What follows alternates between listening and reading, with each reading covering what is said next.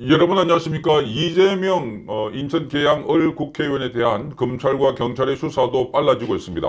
그동안 이 성남FC 후원금과 관련해서도 160억 원을 받은 걸로 되어 있는데 160억 원을 받는 과정에서 이 네이버나 뭐 두산 뭐 이런 회사들에게 인허가를 줬다 하는 혐의 때문에 지금 여기에 수사력이 모아지고 있습니다.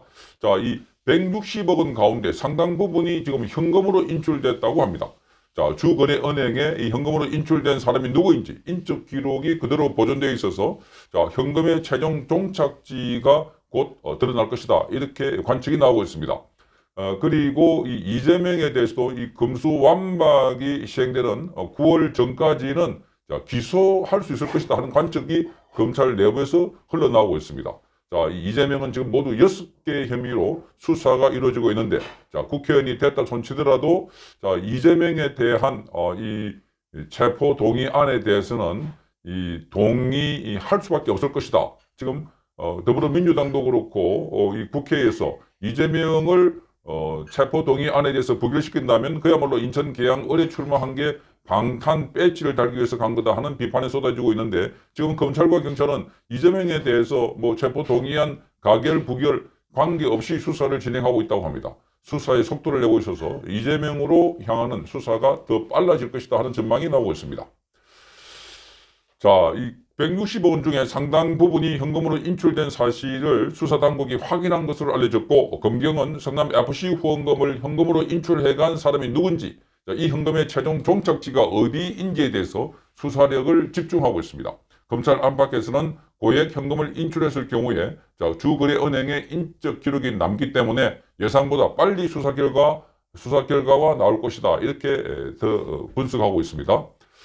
3구 대선에서부터 6.1 지방선거까지 올해 예정된 모든 선거가 끝나면서 정치권을 향한 검경의 수사의 속도가 붙고 있습니다. 특히 9월 10일 날 검수완박법 시행을 앞두면서 검찰의 발걸음은 더욱더 빨라지고 있는 상황입니다. 그 중에 하나가 바로 이재명 더불어민주당 국회의원을 둘러싼 수사입니다. 검경은 성남FC 후원금 의혹과 백현동 개발 의혹, 그리고 변호사비 대납 의혹, 부인 김혜경 씨의 경기도청의 법인카드 이용 의혹, 그리고 경기도시주택공사의 합숙소가 이재명 집 바로 옆에 있었고, 그게 바로 선거사무소로 전용됐다는 의혹, 거기다가 아들의 성매매와 도박 의혹과 관련해서 압수수색과 계좌 추적 등의 강제 수사가 이루어졌습니다. 이 밖에 대장동 개발 특혜 의혹 역시 현재 진행형이고, 최초로 KBS PD가 명예훼손 등의 혐의로 이재명 의원을 고발한 사건도 있습니다. 즉 이재명 의원을 피의자로 적시한 사건이 지금 6건이나 진행되고 있는 것입니다. 성남FC 후원금 사건은 이재명 의원이 성남시장 재직 시절에 관내 기업들에게 건축 인허가와 토지 용도 변경 등의 편의를 제공하고 성남FC 후원금을 유치했다는 의혹입니다. 이 사건은 당초 2018년 바른미래당의 고발로 시작되었습니다.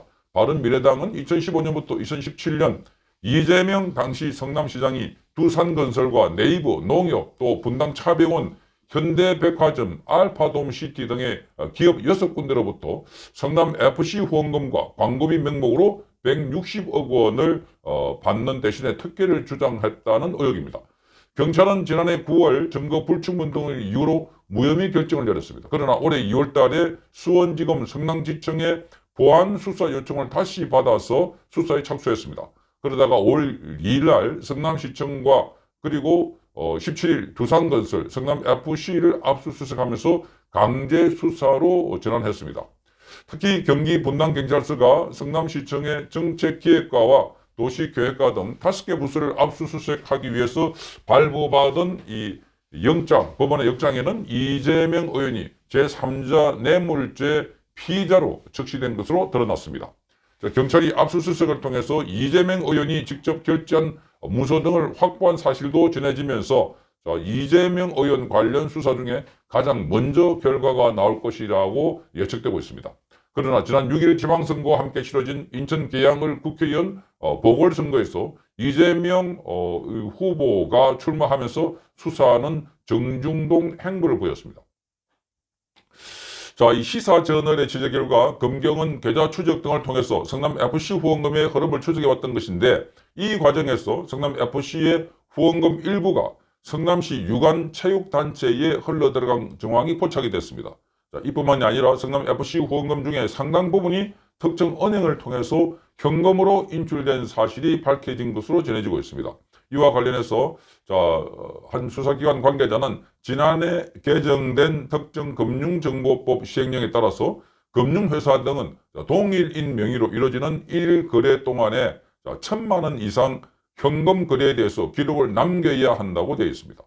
여기에는 현금을 인출한 사람에 대한 정보도 들어있어서 현금 인출자에 대한 조사가 진행되면 그 현금이 어디로 전달됐는지도 곧 밝혀질 것으로 보인다. 검수완박법 시행 전에 기소가 이루어질 것이라는 전망이 나오고 있는 것입니다. 이어서 성남FC 후원금 의혹에 연루된 기업들이 법적 대응에 골머리를 앓고 있는 것으로 알고 있다면서 연루된 기업들이 한둘이 아닌 만큼 양심 고백 등의 내부 고발자가 곧 나타날 것으로 기대하고 있다. 이렇게 밝혔습니다. 자, 이재명 의원에 대한 직접 수사도 조사도 곧 이루어질 전망입니다.